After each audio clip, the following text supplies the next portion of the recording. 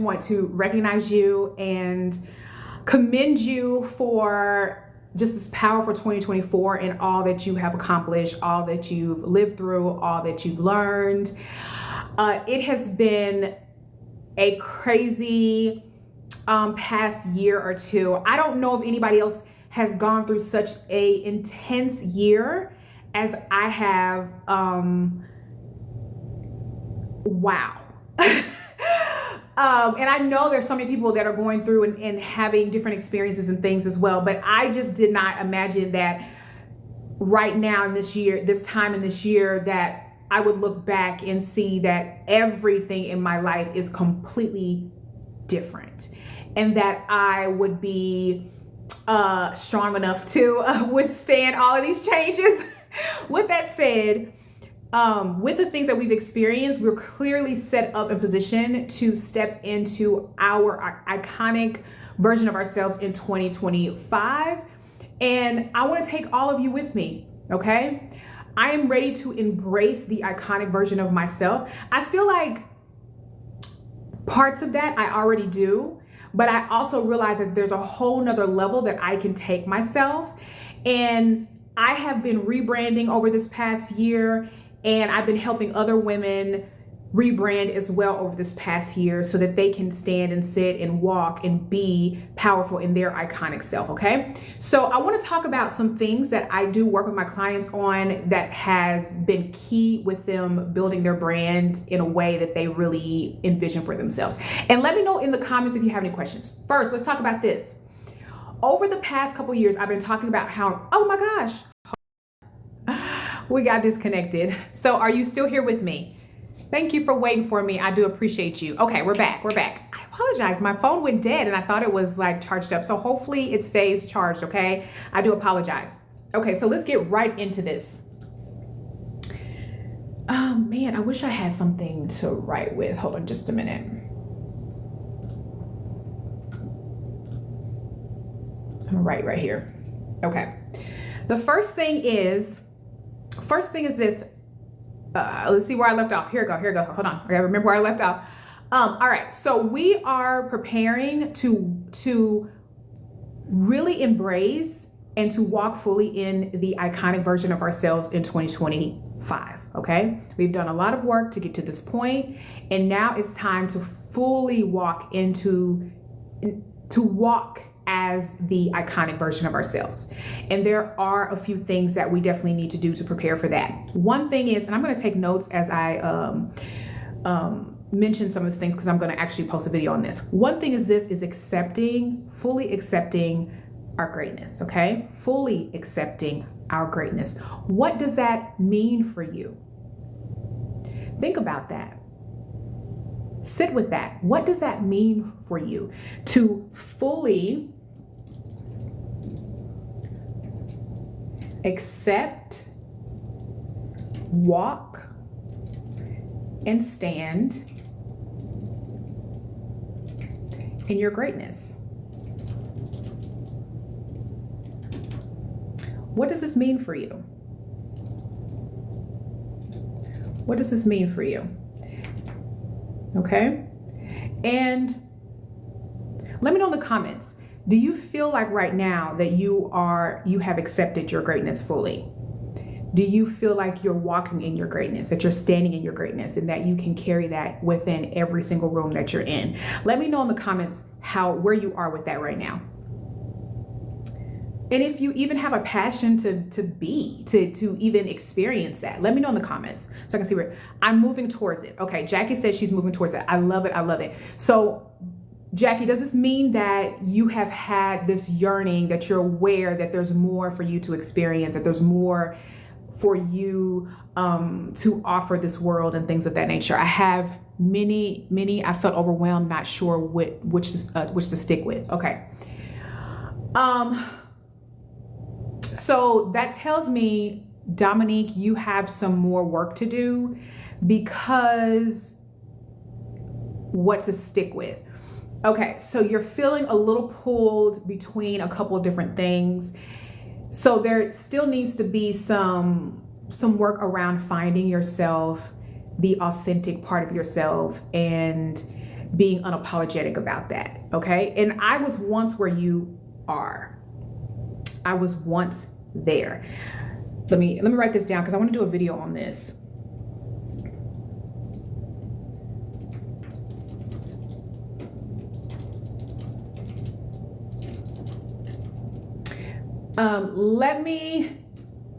Let's talk about this because this actually is going to lead me into my first point here. We all have a lot of talents and we have a lot of gifts, and we should be using all our talents and gifts. What makes it complicated in terms of what to lean and what to lead with is a couple of different things. One, there may be some people pleasing going on where you're wanting to be something to everyone. You're more concerned about what people think, how people perceive you. Those type of things can get in the way of you leaning towards something that actually feels good to you and more of your stronger suit. Another thing can be not being anchored in anything.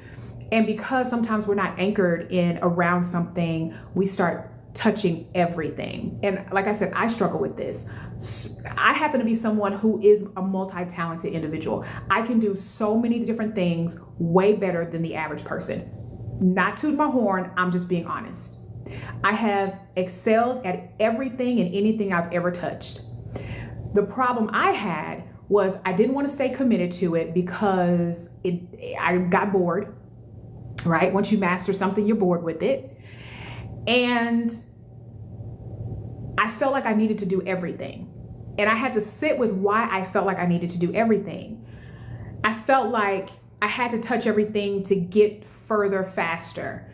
I had to touch everything to make sure I'm doing something for everyone. Those type of things. So as I mentioned, you do have to do a lot of soul searching and personal reflection to kind of see what is driving these things. I have had clients, which I don't work with these type of clients anymore, okay? But because I look for these type of characteristics early on when we're working together until they work through this. Where I've had clients where they have a really hard time focusing on one thing, and as a result, or focusing on what we're working on because of this pull, this kind of insecurity around these different things. We can't make progress if we're not focused on something because other people can't focus. I can't focus. You can't focus. The people over here can't focus. They don't know what the heck is going on. They don't know. You know? So when we get to the point where we're comfortable and we have peace around focusing on something, then we can we can take all the talents that we want to do and we can incorporate it into the overall anchor of what we're building. So you still get to touch everything. A perfect example of this that I would mention is Lady Gaga. The perfect example of this. She was introduced to us in the world as a pop artist, but look at all the things that she's able to touch and she's able to be a part of now. Music, movies, advocate, nonprofit, makeup, and the list goes on. Okay? Wow, yes, Jackie. Yes, yes, yes. All right. So my first point I want to make is this: confidence, as I mentioned, stepping fully in yourself, and then confidence. I want you moving in this next season with unapologetic flair. Okay? It's 11:11 people in here, all right? Whenever it's 11:11, we stop and we give such gratefulness for where we are, what we're experiencing, what we're about to experience, and we are just so thankful, okay? So the next thing, as I mentioned, is confidence. I want you moving in confidence with unapologetic flair.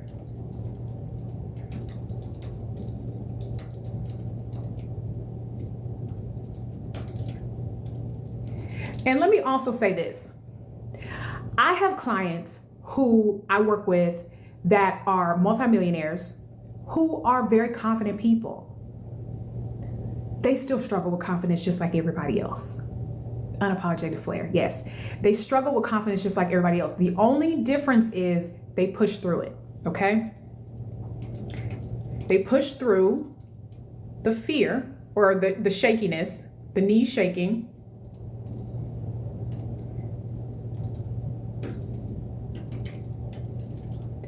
and they keep going. They're not afraid to fail. They're not afraid to fail. And they have their eye on what the desired outcome is. They're going to move towards that and expect that desired outcome. At the same time, they're going to do that with their knees shaking, and they're going to go for it. Okay. So 2025, we are accepting fully our greatness. We're walking in it. We're standing in it. We're oozing in it. We are moving with confidence, with unapologetic flair. Even when our knees are shaking, we are still moving forward. Another thing is, I mentioned this in a video, what you know you need to do, what needs to happen in order to achieve what it is that you're wanting to achieve. We are in 2025 leaning fully in that, okay? We're making big leaps, moves, and leaning into what we know needs to happen. Okay? No questions, no questioning ourselves, no doubting ourselves, doubting self. Okay? When we know it needs to happen, even when we don't have all of the resources, or if we're not quite sure what the next step is, we do know what the current step is, and we're going to be very confident in the current step that needs to happen, and we're going to lean into that. Even if it's a big leap, we have to make these big leaps. What are we doing here? What are we doing here? Hi. We are actually preparing ourselves for 2025 in terms of becoming the iconic version of ourselves and achieving our highest self. Okay, so we're talking about what is going to be required to move in that type of direction. And your confidence is very key.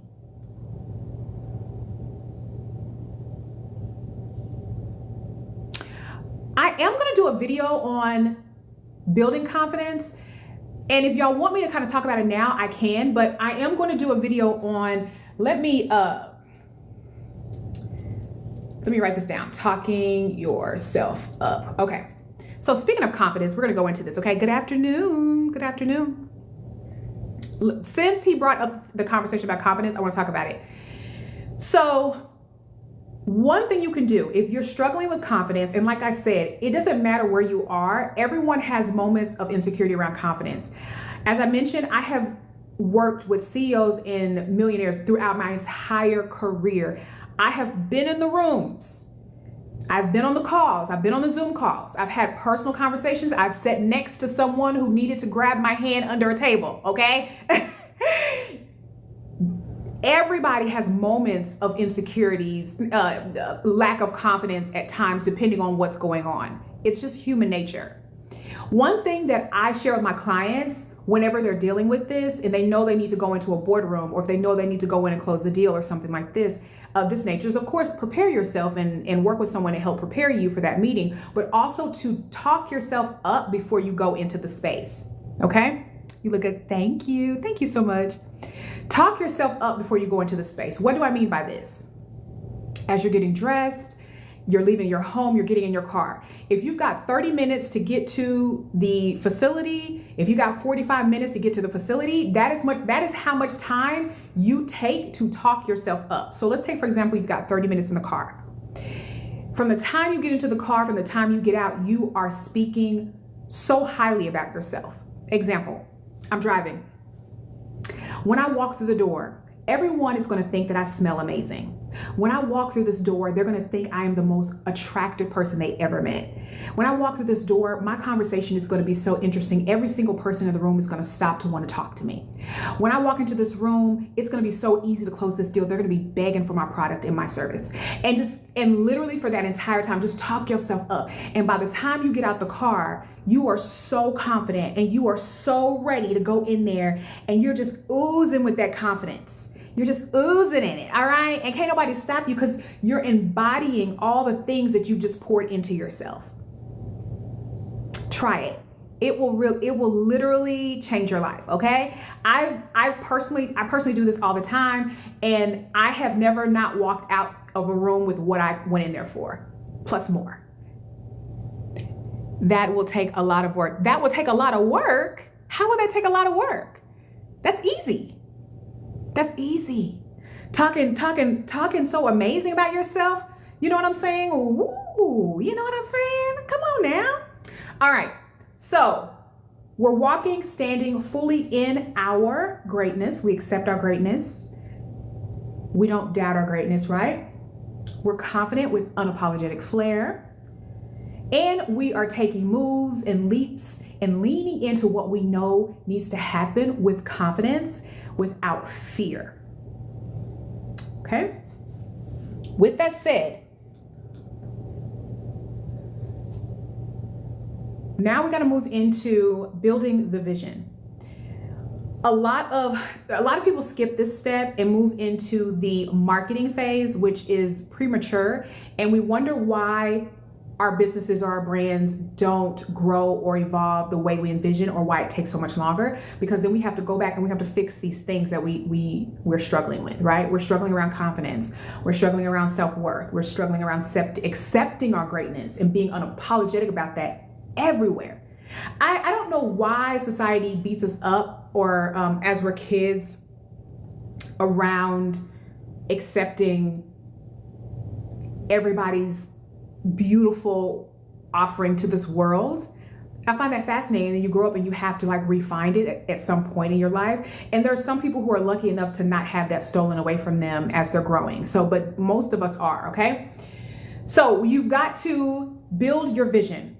We've got to be anchored to something so that we can be anchored in all of the movement, all of the experiences that we're getting ready to take on. You're going to be pulled left. You're going to be pulled right. We need to be anchored in this process. And we need to be able to clearly articulate what we are doing, what we are providing, what we're offering the world. Okay? So that is your first step after all of the self things that we talked about. And once you have your anchor, you then have to talk about and define and articulate how you are going to, what is the vehicle that's going to propel you forward? What actions are you going to be taking? Who is going to be part of that movement? Whose help do you need? What is the desired outcome that people are going to experience as a result of your product and service, and of your iconic, whatever you're offering, whatever you're doing, whatever you're touching? This is also something a lot of people struggle with. Here's another thing about this. You can start out with a clear vision and mission, but this can evolve, and it will evolve as you evolve, okay? As you grow, as you become more confident, as you become more clear, this information will evolve and it will reshape itself. Okay?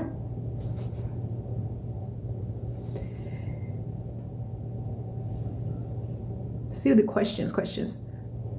If you can compliment others, think of yourself as someone you admire. That is so great. Seb, that is so great. Exactly.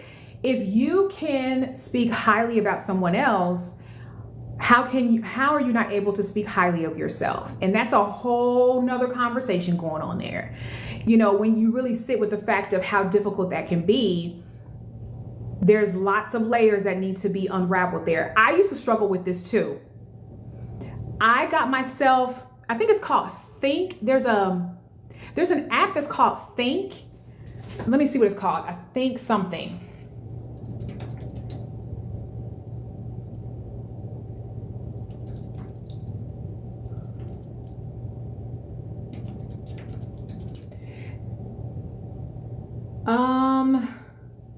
Think Up. I think it's called Think Up. I think that's what it's called. Look this up. I love this app. It's free. And with this app, it forces you to, not forces you, but in order to use the app, you have to put in quotes, not quotes, but positive affirmations about yourself. And it makes you audio record those positive affirmations in your voice, and you play them back to yourself, and it will play them back on, rotate those on repeat as long as you want. I love it. The first time that I did this was years ago. It was painful. I cried. I promise you, I cried. I cringed. It was so hard for me to say positive things about myself. Now I don't care. I be like, I am awesome. I am amazing. When I walk in this room, they're gonna think I'm the most beautiful person they've ever seen. I am rich. I am successful. I am iconic. All right. I am a joy to be around. People want to talk to me. Like, I don't have a problem now, but I did at one point. Let me get some water. Hold on.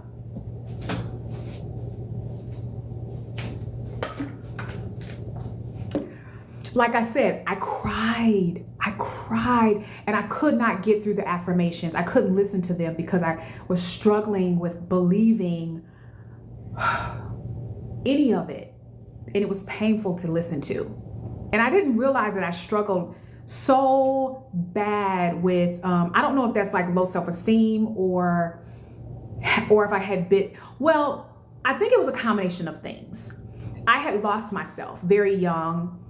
And I didn't really feel like, I was just kind of just surviving. I was just kind of existing. And I didn't really have a reason for why I was, waking up every day. I was just I was living my father's dream, his life. It wasn't mine. And to find something positive to say about myself was so hard because I wasn't happy with the life that I had at all. It wasn't, like I said, it wasn't mine. So it was really hard. But download that app. It is amazing. I still use it. And I actually went in not too long ago, a few days ago, and I updated a lot of my affirmations. I'm like, this little affirmation, let me go ahead and update this. You know what I'm saying?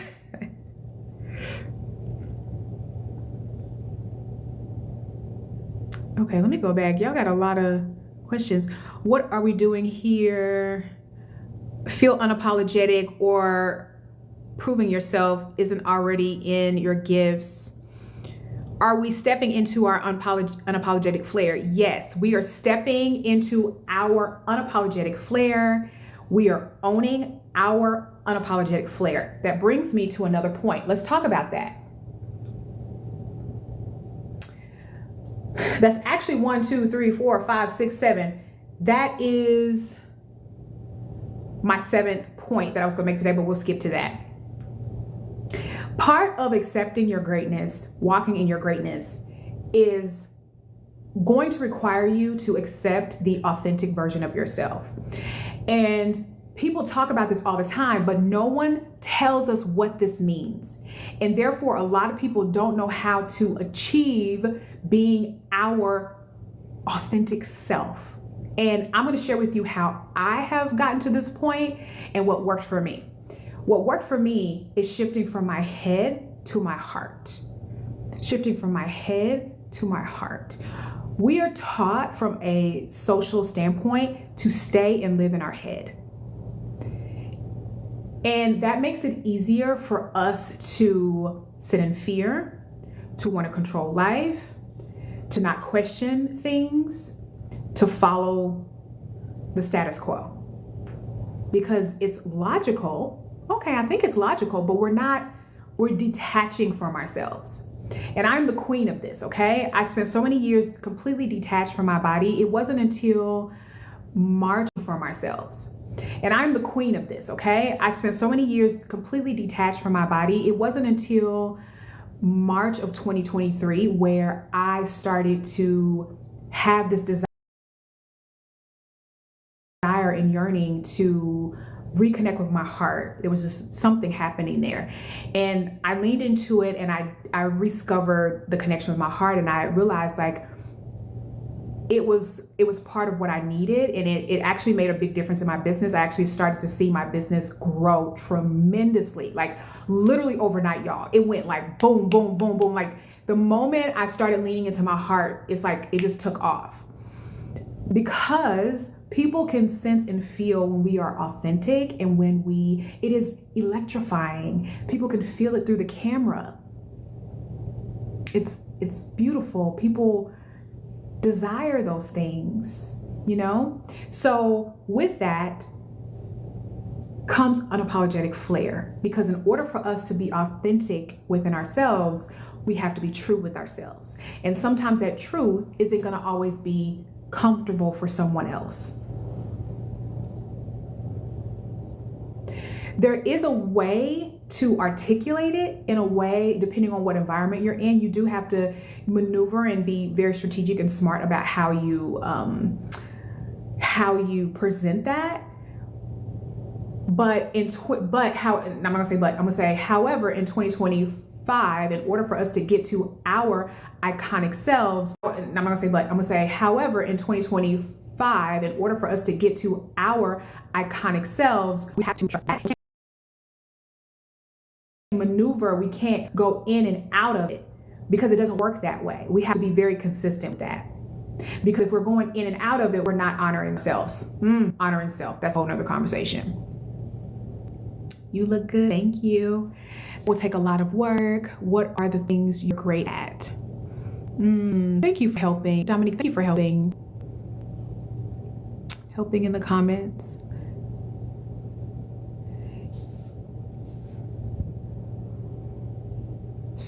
Sev said, speak about yourself in an uplifting way.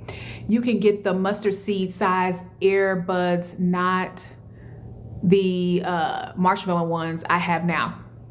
These right here, I'm not quite sure. This is my first time using these earbuds. I don't know if they're working or not. So I just didn't want to have like a mic or anything. And then I didn't want to like yell at you guys in the microphone like I've been doing it on in the past. Please repeat the app. It's called Think Up. Think Up. And I think it has like a leaf or something. Let me put the name of it in the comments here. It's called Think Up.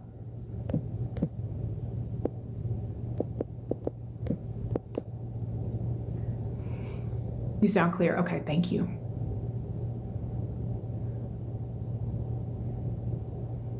It's called Think Up.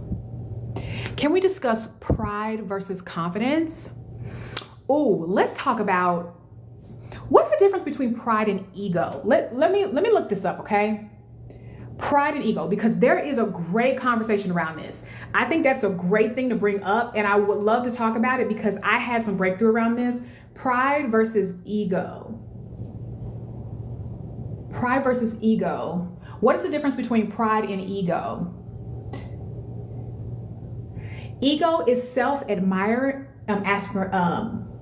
ego is self-aspiration.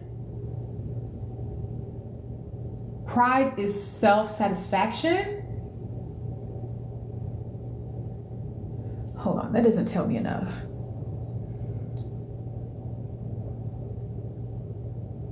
Doesn't tell me nothing. Let me see, hold on, let me look.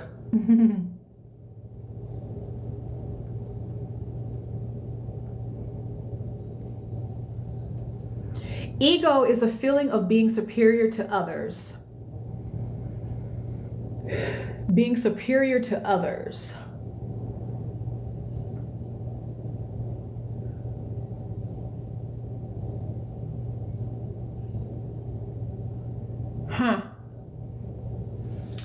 Pride is ego is being superior to others.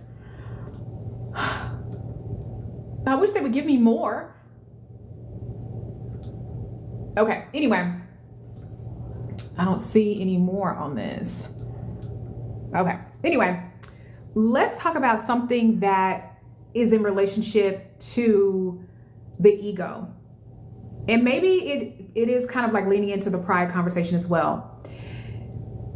When we are not allowing ourselves to stand, walk, be the highest version of ourselves, that really is an egotistical thing. People would think, oh, what's egotistical to be standing tall and to being confident and, you know, owning your power and being impactful and purposeful and connective in this world. People sometimes look at those people and say, well, they're full of themselves or what have you. It's the opposite of that. When we are afraid or have fear around leaning into the iconic version of ourselves, it's very prideful. It's very egotistical. Why? Because we are afraid of what?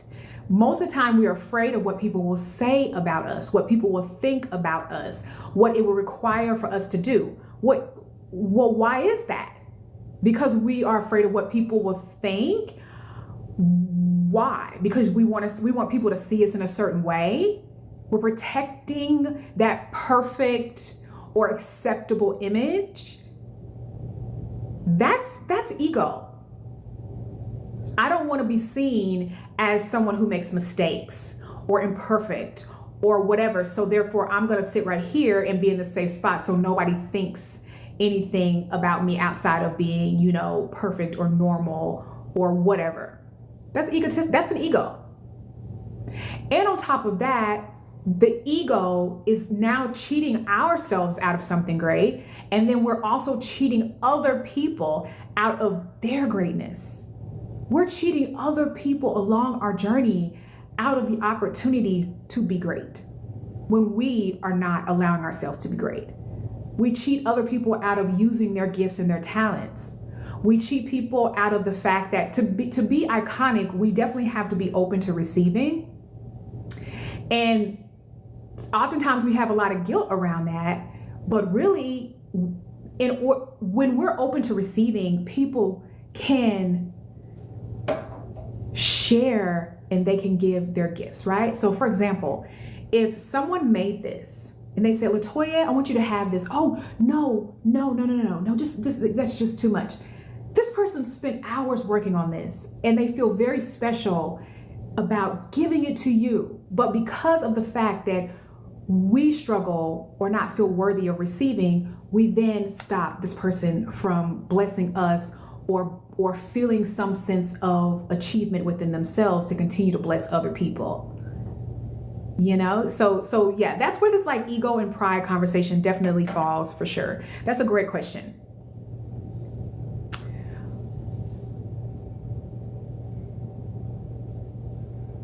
I love this screenshot. Yes. Oh, thank you. I'm so glad you came around and you're feeling better about what we're talking about.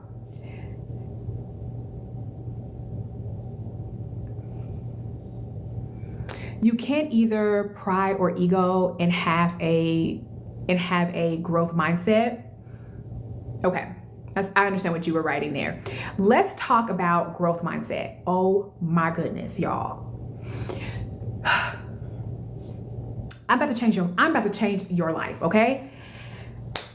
We hear people talk about mindset, right? Growth mindset, you got to shift your mindset, but no one breaks down what that means. Once again, there's so many words that we casually use, but the reason why most people can't achieve them or break through because no one breaks down what it actually means, and we're going to talk about it.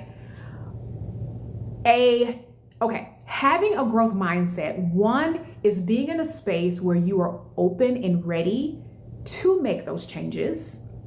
Make the changes, right? You got to be open to the work, but also you have to be open and ready for self-awareness. Mindset is becoming self-aware and then making changes around the self-awareness that you are now experiencing. That's really all it is. Having awareness now, how should we address it? Boom, that's it. That's all it is. People can give us the information. People give us the information all the time, but it doesn't mean that we're necessarily open to receiving it or taking some sort of action around it, or even looking deeper within ourselves to be accountable in a way that is not meant to like tear us down or anything, but to make us better.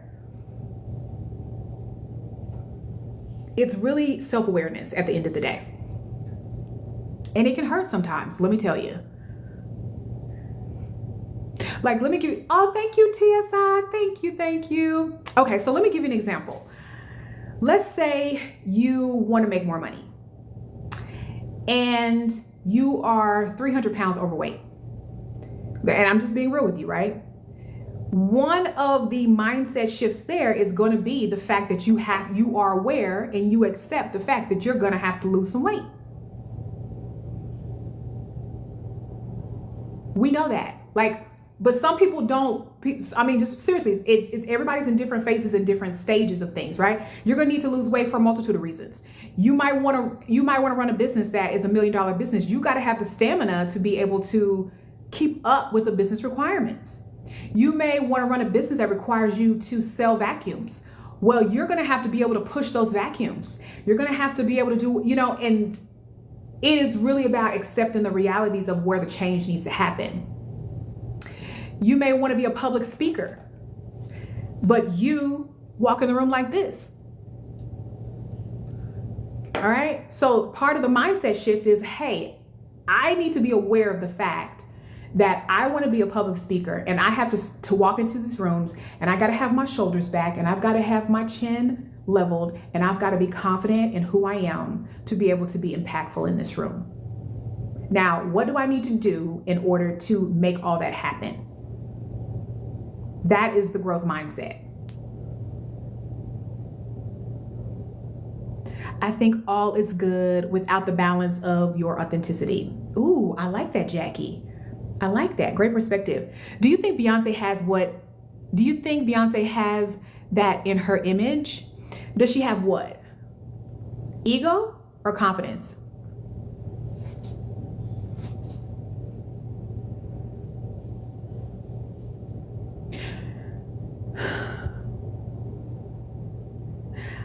More and more, I feel like Beyonce has created a character, and I don't think, I kind of feel for her, to be quite honest with you. I feel like Beyonce started in the entertainment industry so young. I don't think she's really ever had a chance to find herself. And that's unfortunate. Yeah, good stuff. Thank you. Does this explain why people get into relationships where they are treated negatively despite giving? Ooh, let's talk about relationships. I was going to do a video. When I tell you, y'all are reading my mind today, the universe is saying I need to put these videos out. Let's talk about this. Let's talk about this so much. There's different layers to this, okay? I had this breakthrough a couple years ago, and I had another level breakthrough around relationships this year that blew my mind. The first thing I want to talk about is treated negatively despite giving. We often get into relationships with people who are going to reinforce a mama or daddy wound. And our subconscious mind is really wanting to change, really wanting to overcome these issues, these struggles that we have. But we don't realize them oftentimes when we get into relationships. We just think we love this person and this person loves me. And we don't realize that most of the time, the reason why we even like each other is around the fact that we have a similar trauma bond, like trauma situation, and then we're trauma bonding. And we realize often that we're trauma bonding, but we don't realize the root of the trauma bond. It is the mama and the daddy somewhere. And when we get into these relationships, we're eager to fix it. You're giving. Why are you giving to someone who's treating you badly?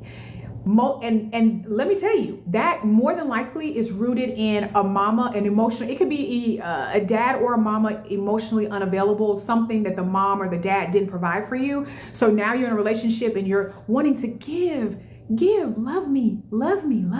Why are you hitting my hand? Why are you not talking to give me? This is what it is. Subconsciously, it's the inner child literally begging to be loved, begging to be seen, begging to be heard, begging to be acknowledged. That's all it is on one aspect. I had this breakthrough this year, this one here that I'm talking about right now. I also realized that this not only showed up in my relationships, this showed up in my friendships, this showed up in my associates, this showed up with who I gravitated to build connection with. I realized that there may be a room full of people, but I would find that person in that room that would reinforce my mama wound. Ooh, this person seems nice. Oh, familiar treatment. You know? And then let's say you go over and you talk to them and they turn around and go, oh. And you're like, oh, okay, well they seem like a nice person. Maybe I could be nicer to them. Maybe I could go get them a cup of water and then introduce myself. They just rejected me, just like my mama did, right? But now I feel like I got to win them over, where I got to keep giving, even though I'm having this negative reaction. That's a mama and daddy wound. That's more than likely a mama wound. And let me share something with you. When people say we attract who we are, this is what I'm talking about. There may be aspects about that person that you're like, that's not me at all, which it may not be, but there's something underlying there that you're connecting with. And sometimes we don't want to accept that, because then it requires us to look at ourselves, and we don't want to see our own truth. This goes back to the whole conversation around the growth mindset of being open to being aware of what it is that we're struggling with so we can overcome it. Getting to that point. And when I tell you this hurt so bad, because I realized that there was people that was in my life. Thank you, Sunkissed. Thank you, thank you, thank you. There was people in my life that I had to let go, y'all. I couldn't be friends with these people no more. I couldn't associate with people, not because they were bad people. They were not bad people, but because I had taught them how to treat me. I taught them how to treat me. I taught them based on how my parents treated me, the environment my parents created. Therefore, I go out into the world and I want to recreate this little cozy, familiar space that actually is not healthy for me at all. Okay, tell me if you want the second part. Tell me in the comments, I want the second part. Give me the second part if y'all want to hear the other part about the relationships, because I'm going to do a video on this second part, because some people ain't ready for this. Woo! When I tell you this last year flipped my world upside down in every way possible. When I tell you, I don't know what God has in store for me next, but when I tell you I've been ripped up, towed up, turned upside down, my whole life, every area of my life has just been completely transformed on so many levels. Different perspective. You ready for the second part? Okay, buckle up, because I'm about to give it to you. Okay. Here's another thing that I realized about relationships.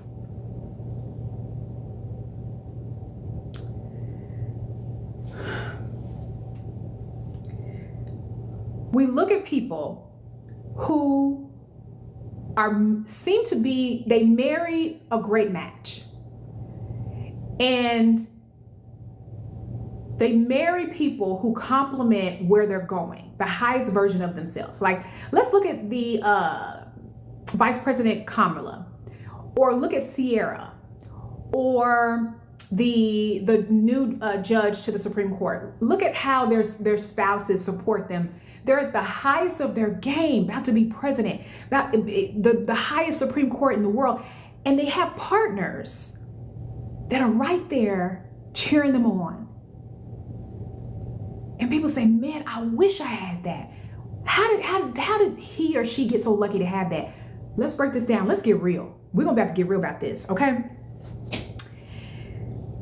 About 5 years ago, I stopped dating, okay? It was about 5 years ago. It might be longer than that, y'all. Oh, Lord.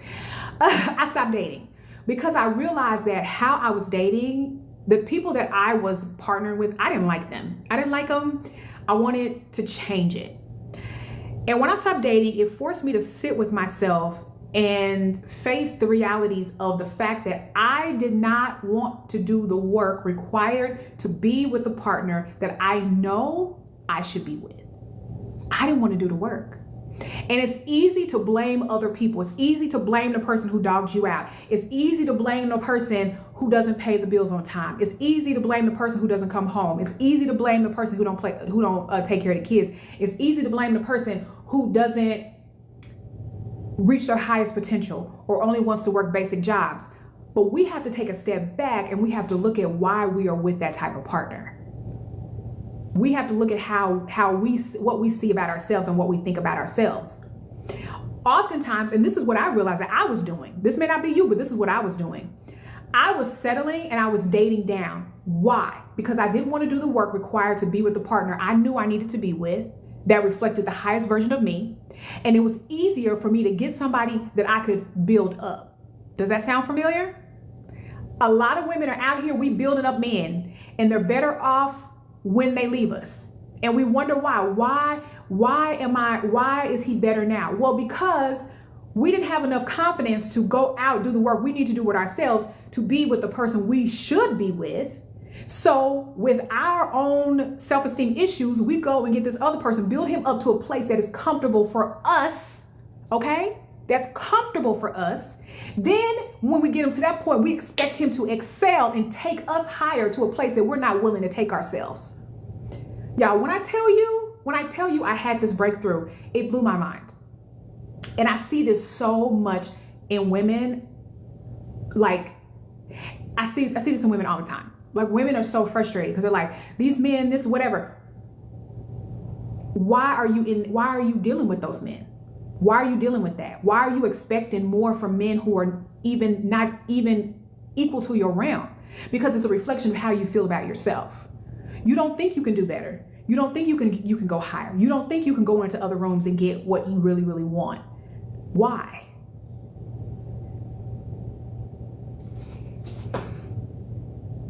Let me tell you something. When you start thinking higher of yourself, those men don't even exist. Those men that the women are out here complaining about, they don't exist. You don't see them. You don't see them, one, because they don't access your spaces. They're not going to be in the rooms you're in. Two, they're not going to be even comfortable approaching you. They know they have no chance with you. They're going to pass by you and go down there to serrage you with low self-esteem and acne, okay? They're not going to bother you. They know they can't, they know that you're out of their league.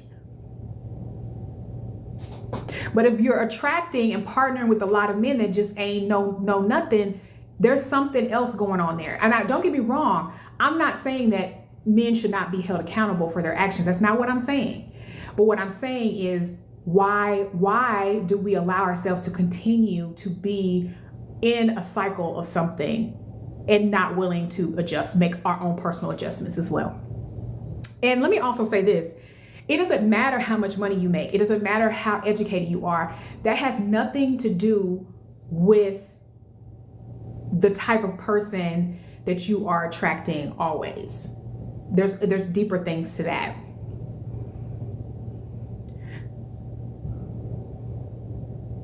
Weird question. What if you are good at a lot of things? How do you figure out what to focus on in your brand? Okay. We talked about this earlier. Couple things. Ooh, I love this. What I would love for you to do is share. I want you out there. I want you sharing. I want you talking to people. I want you just being and leaning into the things that feel good to you, that you enjoy. And start to pay attention to what people are asking of you within the realm of the things you like and you enjoy and you can see yourself doing a lot of. Once you start to get an idea of what people are asking or wanting you to expand on, look at what the similarities are between all those people. What is their struggle? What is their questions? What makes them smile? What makes them feel, like, you'll be able to eventually figure out what is the shared component amongst everybody that you experience, and that is the thing that you focus on, okay? And remember, that's in the realm of things that you enjoy. Does this explain why people get into relationships where they are treated, okay, we looked at that one, open to the work and awareness? Yes, Jackie, you got it. Open to, okay. TikTok is doing something funny. Take action steps towards our goals. Yes. With your knees shaking, Does it not take a little bit of both? Ego and pride? Growth mindset, I needed to hear that. Let me just say this. We're moving into this unapologetic flair state of being. So if somebody thinks you're a little full of yourself, so what? So what? Let them. Who cares? Who cares? We got to have some level of confidence, and we got to be our own biggest cheerleader to keep going, and at times, right? So it's okay. If somebody has a problem with how you feel about yourself, that's their problem, more than likely. It has nothing to do with you. Growth mindset is also knowing if you fail, there's room for improvement each day. That's absolutely correct. You just skipped my comment. What did I skip? That was not intentional, I promise. I mean, it also is in terms of friendship. You are absolutely correct. She was branded as the leader of DC, then the big star, then the queen. Now I think her image and brand is changing again. Who, Beyonce?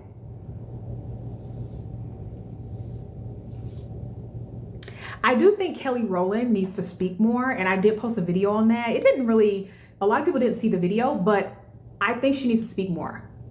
I think Kelly needs to move out of music and do something around something with her sharing her thoughts, her opinions, her perspectives.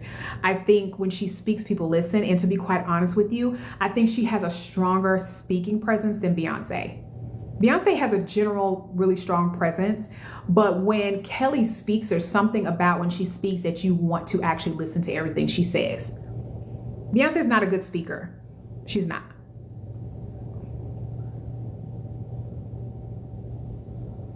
Someone online said, who and what you settle for is who you are. Absolutely.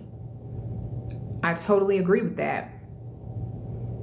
In many ways. It may not be all of it, but there's some components definitely in common for sure.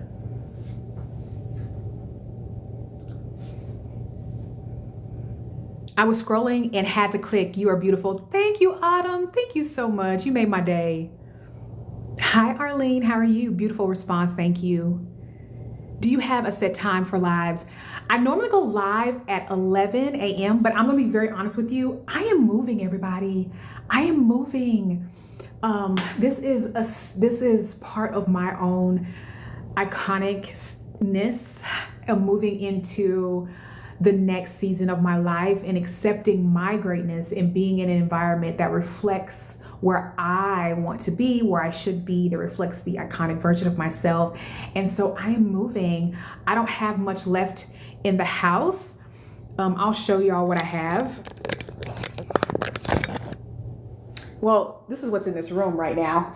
This is all I have in this room, this desk, my computer, and this is gonna come down. And this, I gotta get the rest of this out actually by today. So later today, I gotta get everything out. I made myself a little like pallet, a little bed pallet in the guest room, just so I could sleep tonight and then be out of here. All the bathrooms and stuff out are, let me see, show you guys. I did do a little bathe in here, but bathroom is empty. This is my little pallet that I made, y'all, because all my furniture is gone. I sold all my furniture. That's another conversation. I sold everything. I sold everything. Do you hear me? I have nothing but a few boxes that would sit like in this corner right here. And that's it. That's all I own. I sold all my furniture, my beds, my clothes, my shoes, my makeup, my earrings, my hair things, glasses, clothes, bras, panties, pictures, dishes, anything. I sold all of it. All of it's gone. And the question is, like, we want to be our iconic selves, but what are you willing to give up to do it, you know? So everything's gone in here. There's nothing in here. And this is my last day here. This is my last day here.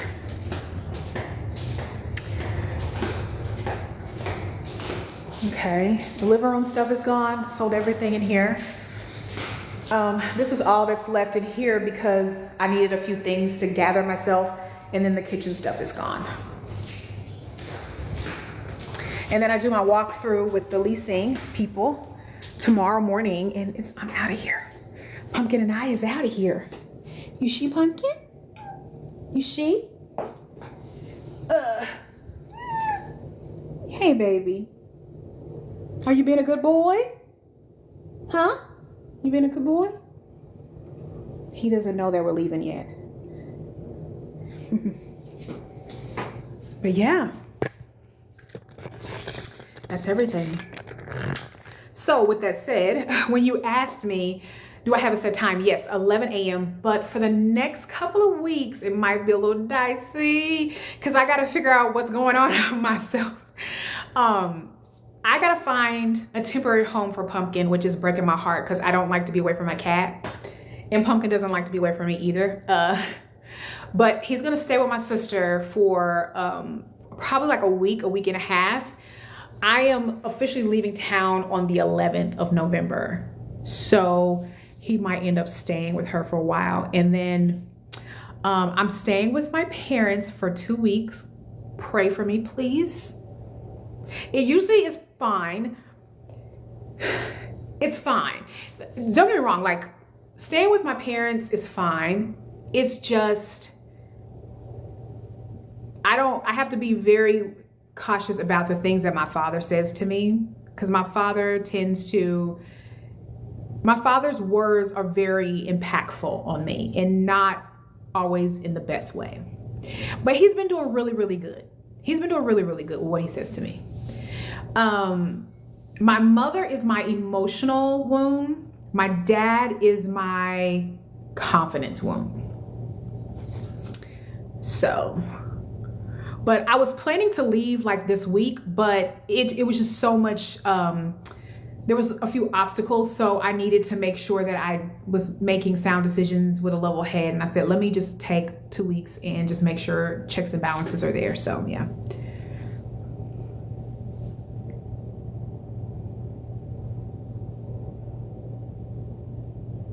Kelly is relatable. She is relatable when she allows us to relate to her. That's what I find fascinating. I feel like I wish that she would open up more. But I get the time period that Destiny's Child came out. That was a different time period in music where you just shut up and sing, right? And then now we're moving into this era where we want to experience people and their personality. And Kelly doesn't really give us that the way we really need that from her. Let me get something. Hold on just a minute. I'm going to talk about this.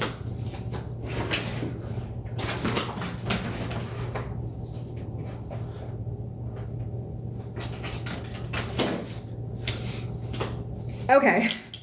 This creasing in my eyes is driving me crazy. I don't like it. Okay. So, you know how some people can be overly exposed? I don't really feel that way with Kelly Rowland. I feel like Kelly Rowland could share more and she wouldn't be overly exposed to us the way some other people would be. And we need more from her. I feel like her speaking would take her career to a whole nother level. I also think it would pull her out of the shadows of Beyonce, because it's a lane that Beyonce is not going to be able to master. She's not, that's not her strong point. I also feel like Nicki Minaj should be doing some sort of speaking too, because Nicki Minaj is another person where when she speaks, people listen. She has a very impactful, demanding presence in like a very beautiful way.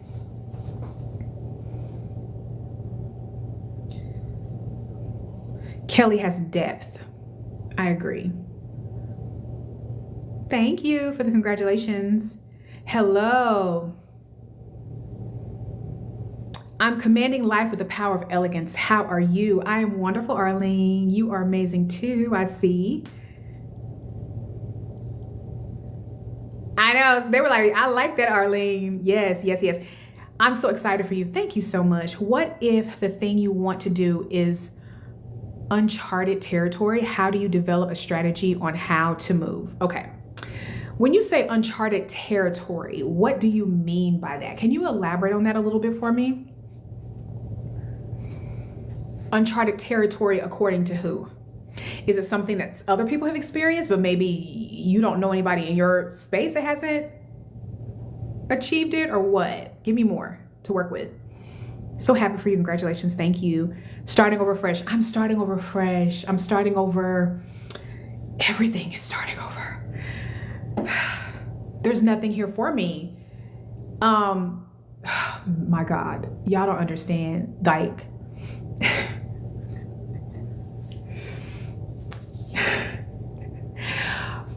I realized something else. Like the stuff that I have learned, I also realized that one of the reasons why I haven't allowed myself to have my own family There's a reason for that.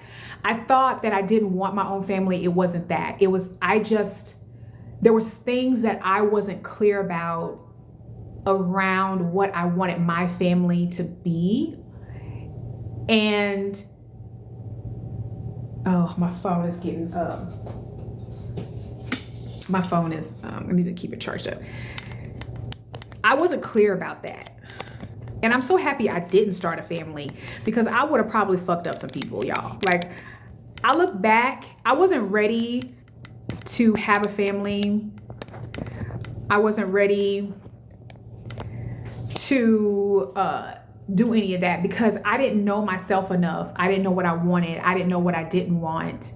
And I feel like this next season is definitely going to create space for that, for sure. I can definitely feel it, for sure. Yeah. You so fine, love the glasses. Thank you so much. Thank you. You know, I did some talking to myself this morning about, you know, some self-talk. So I guess it's like vibrating through the universe, and I'm loving the feedback. I was laying down this morning and I was like, you know, when I walk into this room or when I do something, I don't know what exactly I was talking about, but I was like, they're gonna think I'm the most beautiful woman they've ever seen. They're gonna think I'm smart and articulate and a joy to talk to, be around, all these things. And I was just kind of talking to myself. So I think it's in the air, for sure. I love how analytical you are. Thank you. Yeah, it's so interesting. I have always been very like analytical. Like, my brain functions like a, how can I say this? A maze. My brain functions like a maze. My brain is, I don't know what to call it, but I don't just function as pictures, but I also function like in real time, like movies, things. When I look into my brain, and people may not look into their brain, but when I look into my brain, things are moving around. I see life in my brain, right? So when someone asks me a question and they say, hey, Latoya, I'm trying to figure out how to do this, trying to do that, my brain functions like a maze and starts to kind of like go like this. And then when it gets to a wall, it'll go back and, you know, and to me, that's normal, but I realize like a lot of people don't move like that. And I do have somewhat of a photographic memory, not too advanced, but I do have a photographic memory as well. And some people will say stuff to me about it, especially like if I'm giving a speech or something. People will ask me like, do you have a photographic memory? And I'm like, I think so. And they're like, okay, I can see, it looks like you're reading off a paper, even though you're standing in front of us and there's no paper there. I'm like, oh yeah, I probably have the document in front of me and I'm actually like reading it. Yes, Nikki can rally the people. She definitely can. I just don't agree with what she says.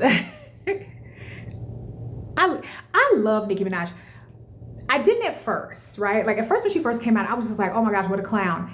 But now I feel like Nicki Minaj is gonna go down as one of the best rappers of all time. But the crazy thing about it is I don't think that she's gonna be appreciated in that way until she's gone. There's a few people that I think are not going to be appreciated till they're gone. Nicki Minaj is one of those people. Another person who I think is Damon Dash. Damon Dash is not gonna be appreciated until he's gone.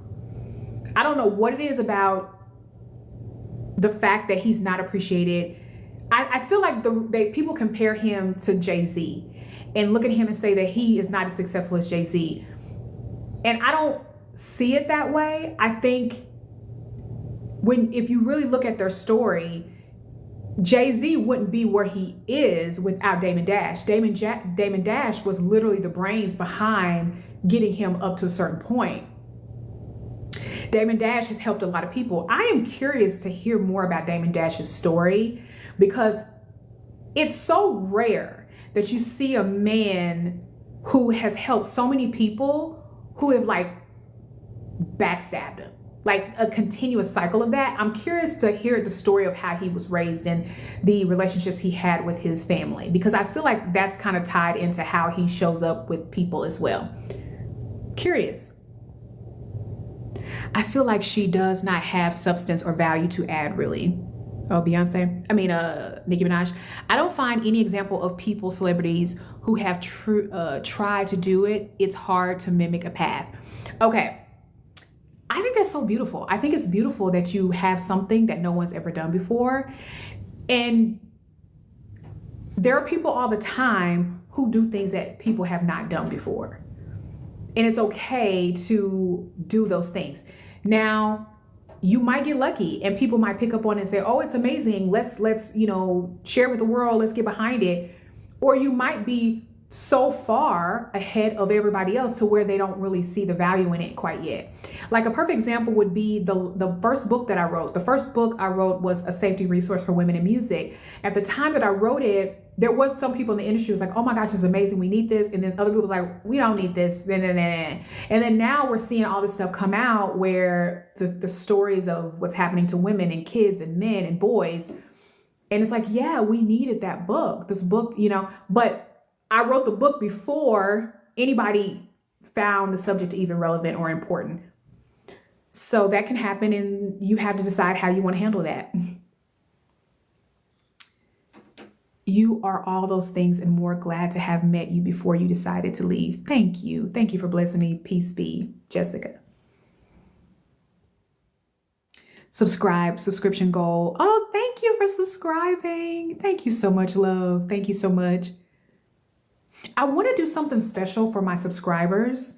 And I've been saying that I've been wanting to do this for some time. So if there's something particular that you know that you want to experience regularly and you're subscribed, please let me know, because I want to do those things for you. I need to learn a little bit more about TikTok in terms of if I can have like private spaces for the subscribers and go more in depth with your questions, or have shared lives with you or something like that. I really want to do that for you. What is my MBTI? My Briggs personality. I think that's what you're asking me. Let me make sure. Myers-Briggs. Yeah, you're asking Myers-Briggs. Oh, that is a good question. I don't remember what mine is. Let me see.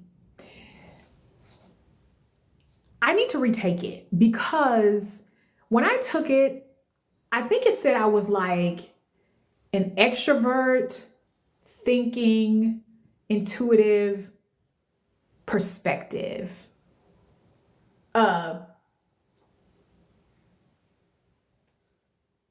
What is this? Hold on. Not perspective. What is this? Not judging, but the other one. Okay, I'm not quite sure.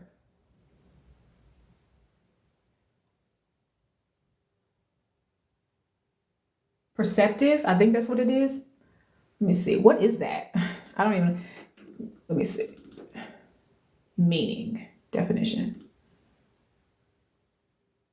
The ability to see, hear, and become aware of things through senses.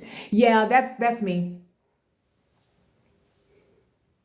But I consider myself more of an introvert. And I think it classified me as an extrovert, and that's not what I am. I'm an introvert. I am I come across as an extrovert, but I'm not. I am an introvert who has strong extrovert tendencies. I read as an extrovert, but I'm not. Every time Kelly opens up in front of us, she gets slapped down by Beyonce. Interesting. His interviews are really deep and profound. Yes, you're talking about Damon Dash. I totally agree with you. I totally agree. And people are not listening. He's a wise man. He knows a lot. He really, really does. He's a smart man. And like I said, I just don't think he's going to be appreciated until it's too late. I read your book. It is a valuable resource. Thank you so much, Arlene. Thank you.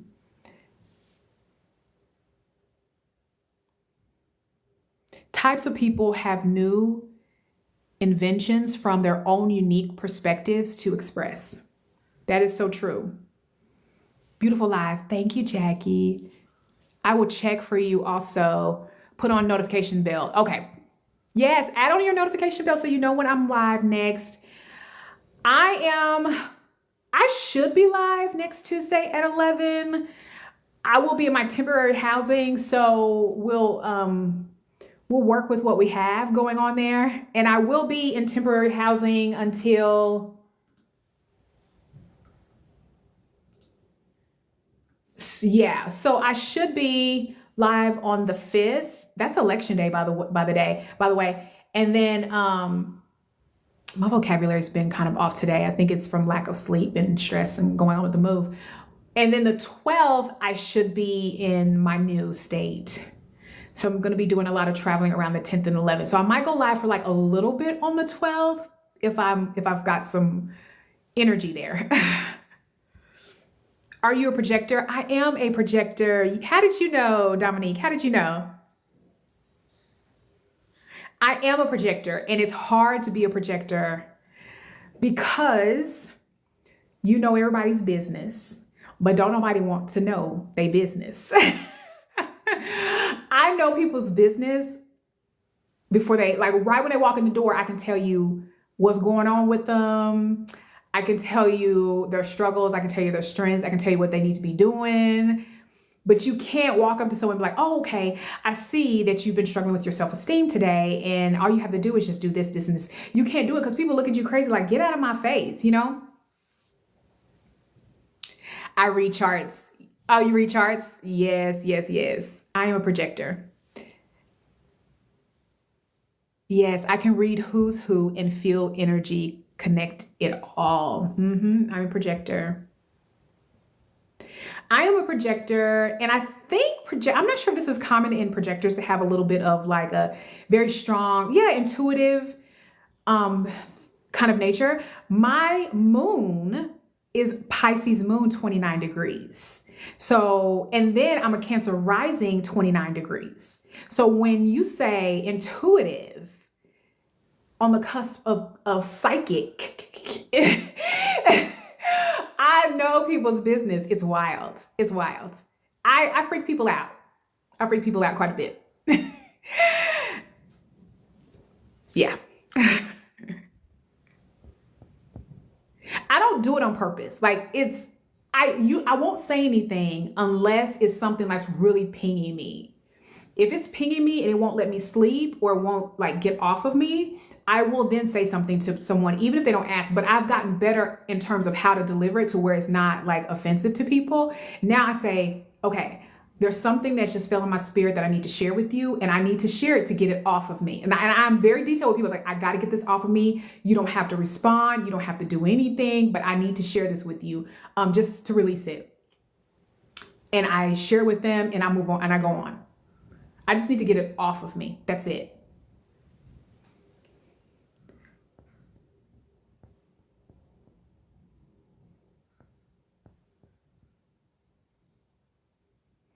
Yeah.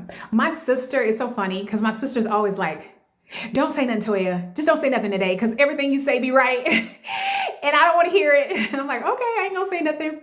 But she listens to me now. Like, she really listens to me. Like, if I'm like, you know, there's a bridge that's over on this other side of the road, I think you should like never get on that bridge. And she'd be like, okay. She listens to me. I was like, yeah, just take an extra block, a couple too. Just don't get on that bridge. But there is a bridge like here in where we live that I crossed over one time, and I said I will never cross over this bridge again, and I will tell my family to never cross over this bridge under any circumstance. And I just knew. I was like, don't go across this bridge. I have a cousin who has a boyfriend who he walked in the door at one of the family gatherings. And when I tell you, went off. I knew all this man's business, and it was not good. I didn't say nothing to my cousin about it, but I did say something to my sister and my mom and my dad about it, because I told them to like make sure you keep the kids away from him. Ladies, do not be stuck in don't ever be alone with this person. And I remember when I told my parents, they were like, why would you say that? You don't know this person, whatever. Tell me why. 3 years later, my mom calls me and she's like, so-and-so is doing whatever. And I was like, oh, I said that 3 years ago. And she was like, you did. I was like, yeah, I told y'all already. My I had a best friend. We fell out over what I'm about to share with you. This is before I realized how to manage my gifts around my intuitive nature. She wanted to get married. And being my best friend, I was like so happy for her. Like I would do her makeup for the dates and I would help her pick out her clothes and I would watch her son like when she's out on her dates and and she eventually started dating this guy and they got engaged. And at first I didn't really pick up on anything, but I kid you not, y'all, I was asleep one night and I woke up, like just rose up out of my sleep and I had was having a nightmare and it was about the guy that she was dating. And I was picking up on two things. I was picking up on he was DL and he was going to physically abuse her. And it was so strong. Like I couldn't go back to sleep. It was like literally, I don't even know how to describe it. Like it wouldn't let me do nothing. I couldn't sleep. I didn't have any peace. I was at work. I couldn't focus and I didn't know how to tell her because I didn't have any proof of it. I just had these thoughts in this dream that happened, right? So I kind of kept it to myself, but anytime there was moments where like she had like a problem with him that was related to something that kind of like supported what I was saying, I would like, hey, you might want to look into that a little bit more. That's something not to ignore. And we had fallen outs about it because she was like, well, if you're concerned about that, you shouldn't be dating anybody, Latoya. And I'm thinking in my head, no, I'm trying to save your ass. You know what I'm saying? But anyway, long story short, as she got engaged to the guy, okay, she eventually got engaged to the guy that he wanted to rush and get married. And she was, I had a conversation with her and I was like, you know what, maybe I should wait a little longer, get engaged, but like wait another 6 months. Because I knew this wasn't going to work. But in the midst of her being engaged to that guy, I saw her husband. Her husband walked past me, okay? And when I saw, and I knew her husband, okay? Because he worked with us. Well, okay, let me take a step back. This person that was a coworker of ours, I didn't pick up that he was her husband at first. But one day he walked by me and I said, that's her husband. I was like so happy and I was freaking out at the same time. I'm like, oh my gosh, oh my gosh, oh my gosh, this is my friend's husband. This is my friend's husband. So I'm so excited and I didn't read the room, y'all. So I called her and I was like, oh my gosh, so-and-so is your husband. So-and-so is your husband. And she's like, she got pissed at me. Because I didn't think in my head, oh, she's engaged to this other guy. I wasn't concerned about the other guy because the other guy I already knew they wasn't going to make it down the aisle because he was going to be a problem. But I knew, get rid of him. This is the one. This is the one. We had a big falling out about it, okay? Long story short, she got pissed at me because she felt like, which I can understand it. She's engaged to somebody and I'm trying to hook her up with somebody else. So to her, she felt like I was being jealous or whatever. Y'all want to know what happened? Tell me why she called me a few years later after we had that falling out. Guess who she was married to, get ready to marry? Guess who she was getting ready to marry? The guy that I told her was her husband. And she called me and she said, Toya, you was right. And she called to invite me to the wedding. I didn't go though. I didn't go because I knew she was going to try to rekindle our friendship and there was none of that. So, yep, she married the guy that I told her was her husband. After she didn't call me all kind of names and everything. She called me all upside my head, y'all. She told me how she really felt about me. And I said, all right, cool. Thank you for that. And then she called me some years later, invited me to her wedding, trying to rekindle the friendship. And she was marrying the guy that I told her was her husband. They married now. They've been married for a while now. Yep, really happened. Really happened. At least she called to let you know. She did. She didn't say sorry though. She didn't say sorry, which is fine, But she did say, it was her own way of saying, I'm sorry. But she said, Toya, you were right. And she was very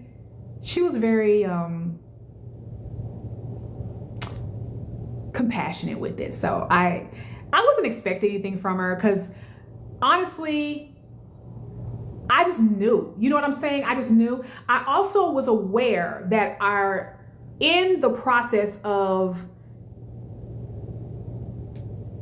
seeing who her husband was, it was also revealed to me that our friendship was not going to last once she got married. So it wasn't something that I was feeling any kind of way about or anything. I realized that our friendship ending was actually part of the process.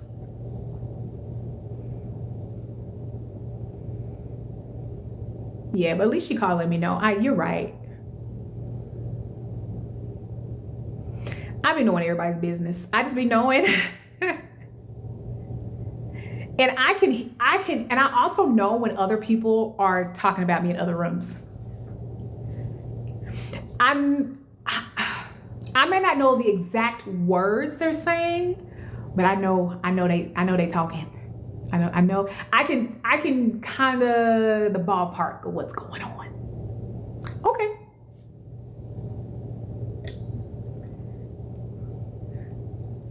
OMG girl, I knew you had a gift, LOL. I got stories. I got so many stories.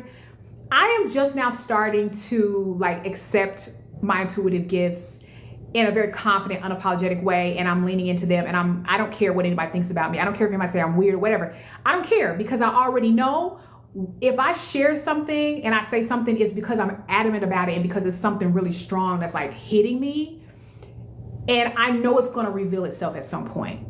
I don't have to like beg somebody to believe me or anything like that. I'm just going to tell it and sit and watch. And they come back around, they're like, one time I guessed some lottery ticket numbers, and we won, and my mom, it freaked my mom out.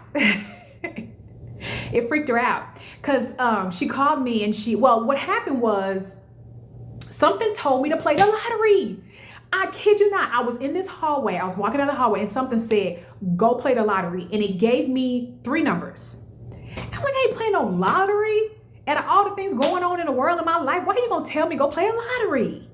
So I just like, okay, let me mentally take a photo, a picture in my mind and go about my day. I ain't playing no lottery. I'm not wasting $1. You know what I'm saying? So my mom called me like, it might've been like 2 or 3 months later. And she's like, hey, Toya, I'm going up to the store to get some lottery tickets. Do you want me, grab your lottery ticket? And I said, you know what? Yeah, go ahead and give me a lottery ticket, because something's been telling me to play the lottery and play these numbers. She said, okay. And then I said, I told her, I said, it's been playing back in my head for a while. And she said, okay. And then out of all the tickets, that's the one that won.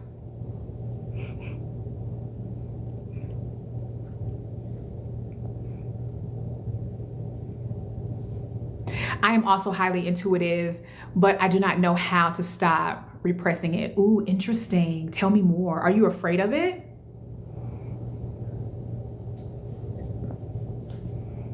Why do you keep repressing it? I used to repress it when I was younger because especially as men maybe not have this struggle as much as women, but men can lean into what they know. They may not be vocally open about it, but they'll make a decision around their intuitive nature. Women, we're discouraged from using our intuitive nature. So I used to repress it myself, but I don't know more. I don't care. And I'm gonna lean into it, and I'm gonna do it. That's what I'm gonna do. What my intuition say, yep, we gonna do that. That's exactly what we about to do. I told my coworker something out of intuition once. Now she thinks I'm a genius. I love it. I love it. I had a coworker. So I was in my cubicle typing, and she hadn't come into the office yet. And she walked past my cubicle. And the second she walked past my cubicle, I turned around and I said, you're pregnant. I kid you not, this really, really happened. And she can tell you, she follows me here. If she's in the live in the future, I'll tell you. She didn't get to her cubicle. I was like, you're pregnant. And guess what she said to me? I might be. I didn't know she was pregnant. It was just something intuitive just came out. And I was like, you're pregnant. And then next thing you know, she was pregnant. She was.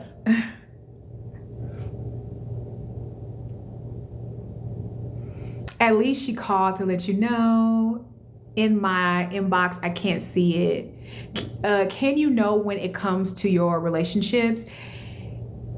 I can pick up on some things in relationships. Yes. The last intuitive thing I got when I was in a relationship was, this is kind of bad. Do y'all want it? It's about a guy who was wanting to harm me. I'll just keep it light because I don't really talk about this relationship or this situation or whatever it was, because I'm over it, and it's kind of heavy to me, and I don't like to sit in that space. But I was dating this guy, and I thought he was a little weird, but I didn't really understand why. And one day I was standing in my kitchen and he kind of walked towards me and I made eye contact with him, and something in my spirit said, this man will kill you. Yeah, I knew. And it was, I kid you not, it was 2 days later, he tried to beat me up. Once I saw his eyes and I said, oh, this man will try to unalive me. I immediately started the process of like trying to like break up with him or get away from him. And I think he realized it. And I think that's what triggered him. He realized like this girl is trying to get away from me, you know, and it just triggered him. And it was like 2 days later, he put his hands on me. And I thank God that I was prepped 2 days before, because had I not gotten that, I don't know how I would have been able.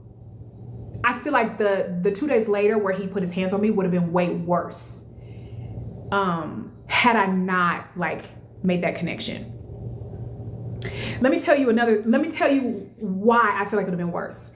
Because as soon as he started acting aggressively, I immediately knew to go for the door. Because I was aware 2 days before that something in my spirit said this man will severely harm me. Where I was a little bit more hidden back, like away from the door. So he could have really done some damage to me had I not gotten close enough to the door to get halfway out the door.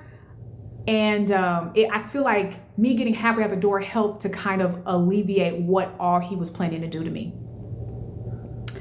I have a way of knowing things as well. My intuition never led me wrong. It never leads us wrong. We all have it, you know. We all have it. It's just leaning into it and slowing down enough in life for it to come forward for all of us. When I ignore it, it'd be like, I knew it. Yep. You know it every time. It never steers us wrong, ever. I needed that today. Yes, sun-kissed.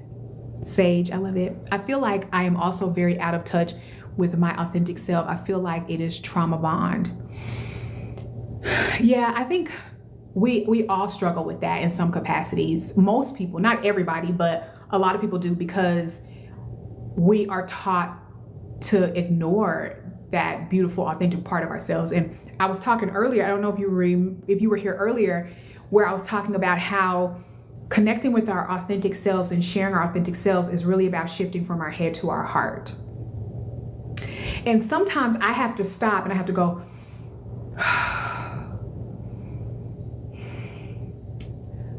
okay, I'm ready. Like I literally have to physically touch my head and bring it down to my heart and start from there. And just reset myself.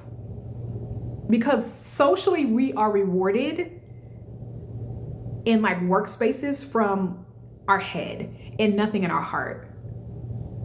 But when you get out of those like corporate environments and those really structured environments, you find that thriving experiences and rewarding experiences and connection.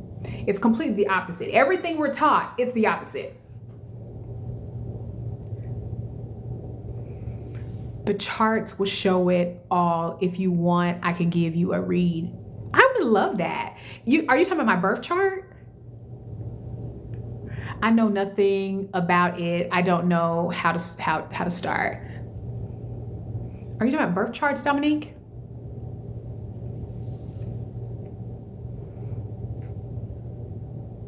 Let me know. All right, let me run through this really quick, because we said we were going to be finishing up on, you know, becoming our, I can't, blah, blah, blah, blah. When I tell you my speech has been horrible today, I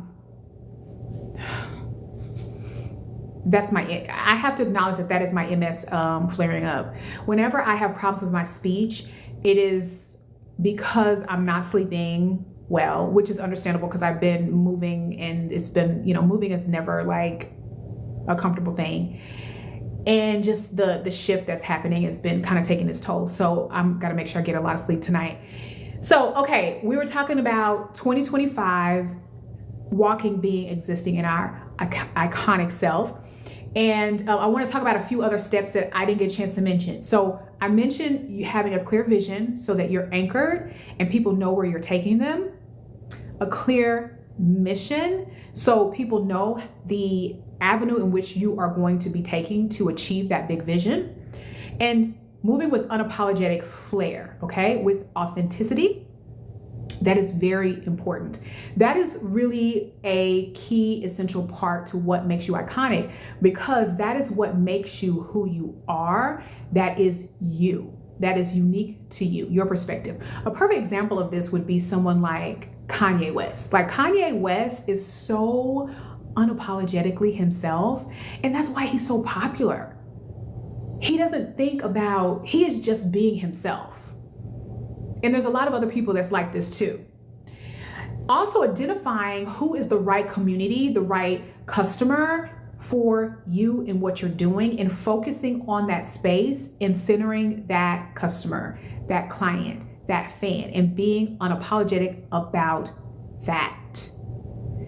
That is so important, because when we are trying to meet everybody's needs, we're not meeting anybody's needs. Think about if you were a parent and you had 5 kids and you're in there fixing everybody dinner, you're tucking everybody in bed, all these things, but you have one of the kids that's like really needing your time right now. And you've got to stop to focus on that kid. But let's say by focusing on that kid, maybe some of the other kids feel like, oh my gosh, like there's a part of that experience that is speaking to me too, right? But if everybody is kind of like vaguely being attended to, no one really feels special. And no, as a result, people just don't pay attention because people want to feel heard, seen, and special. Goods and services alignment. Okay, so in the process of elevating, you may have products and services that are selling, but you may want to increase your prices. You may want to sell more products and services. You may want to have a new level experience around those things. And so you have to look at what you have and see how you need to elevate that experience around your products and services. For some people, it may be a completely different rebrand in some aspect in terms of your packaging, even your products and the quality of your products or things like that. Your pricing may probably need to change and elevate. So these are questions and conversations to have. Everything that you touch should be consistent with the level of iconicness that you want to create, okay? So if I'm sitting here saying, be your iconic self in 2025, but I'm charging you $25 to work with me, what does that say? That's not consistent, baby, okay? It costs a lot of money to get in a room with me. So, yeah, and I'm probably gonna go up on it pretty soon. Anyway, everything needs to align. Your brand messaging. Your brand messaging needs to be consistent with the iconic version of yourself.